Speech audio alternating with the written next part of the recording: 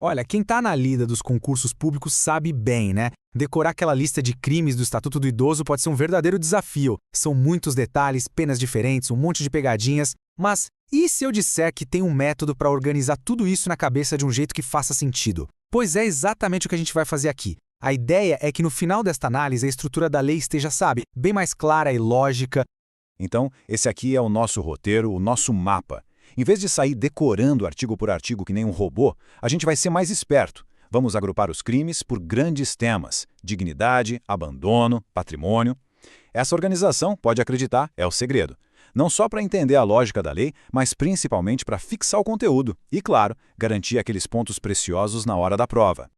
Ok, antes de mergulhar de cabeça em qualquer crime específico, a gente precisa parar e entender a regra de ouro, aquela que governa todos eles. Pense nisso como a base de tudo, o ponto de partida fundamental. E olha, não é à toa, é um dos assuntos que mais caem em prova. Então, atenção total aqui.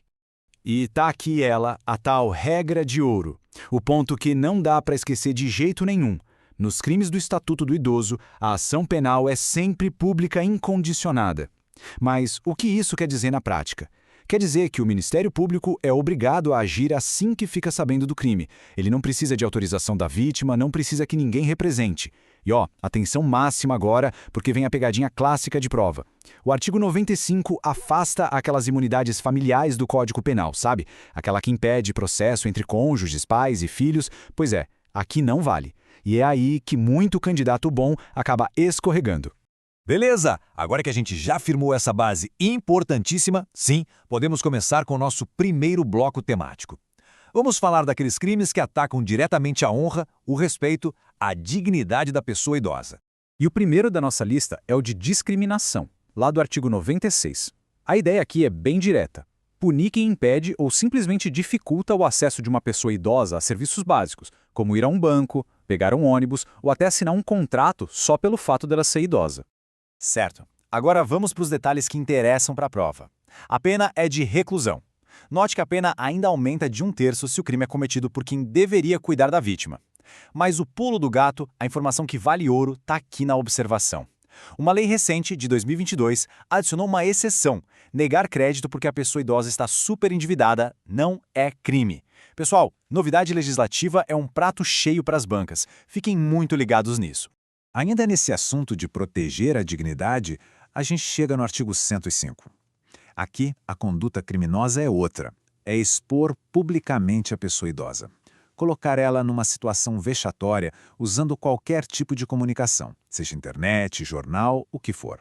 A pena aqui, vejam bem, é de detenção, de 1 a 3 anos.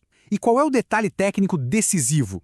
Este é um crime que a gente chama de formal. Isso significa que ele acontece, ele se consuma no exato momento da veiculação. Não precisa provar que a vítima se sentiu ofendida ou que alguém assistiu e achou ruim. A simples exposição pública já é o crime. Bom, agora a gente entra num grupo de crimes, olha, bem sérios. Vamos falar de negligência, de falta de cuidado, de abandono. São condutas de omissão, ou seja, um deixar de fazer, que podem levar a consequências gravíssimas. O artigo 97 é basicamente a omissão de socorro, mais específica para a pessoa idosa. É o dever de ajudar quando se encontra alguém em perigo claro, iminente, desde que, claro, seja possível fazer isso sem se colocar em risco. Observem bem a estrutura da pena. A gente tem uma pena base de detenção, mas o foco total para a prova tem que ser nas qualificadoras. Se dessa omissão resultar uma lesão corporal grave, a pena aumenta da metade. Agora, se o resultado for morte, a pena é triplicada. Essas frações, metade e o triplo, precisam estar na ponta da língua. Chegamos agora ao artigo 99. E esse aqui é possivelmente o tipo penal mais grave de todo o Estatuto. Ele trata de expor a pessoa idosa a uma situação de perigo concreto para a saúde física ou mental, seja submetendo a pessoa a condições desumanas, privando de cuidados básicos ou até forçando a um trabalho excessivo. Vejam só a progressão da pena nesse crime. A conduta base de apenas expor a perigo já tem pena de detenção. Mas se dessa exposição resultar uma lesão grave, a coisa muda de figura. A pena não só aumenta, como a espécie muda para reclusão de 1 a 4 anos. E se o resultado for a morte, aí chegamos na pena mais alta de todo o Estatuto. reclusão de 4 a 12 anos. Entender essa escalada é fundamental.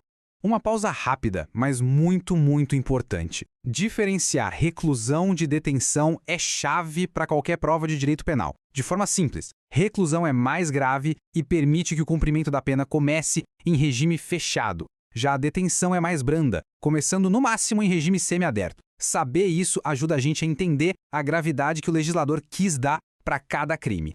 Agora, vamos mudar de foco e ver como a lei protege o patrimônio da pessoa idosa. Essa é uma categoria de crimes que, infelizmente, é muito comum na prática e, por isso mesmo, está sempre presente nas provas de concurso. Este é o artigo 102, que cuida da apropriação indébita específica contra a pessoa idosa. O exemplo clássico é o do familiar ou cuidador que pega a aposentadoria para pagar as contas, mas na verdade usa o dinheiro para si mesmo. O recurso estava legalmente com essa pessoa, mas foi totalmente desviado da sua finalidade. Analisando os detalhes para a prova, a pena é de reclusão, de 1 a 4 anos. A observação aqui é o pulo do gato para a gente não confundir com outros crimes, como furto. No artigo 102, o agente já tem a posse ou a detenção legítima do bem. O crime está no desvio da finalidade.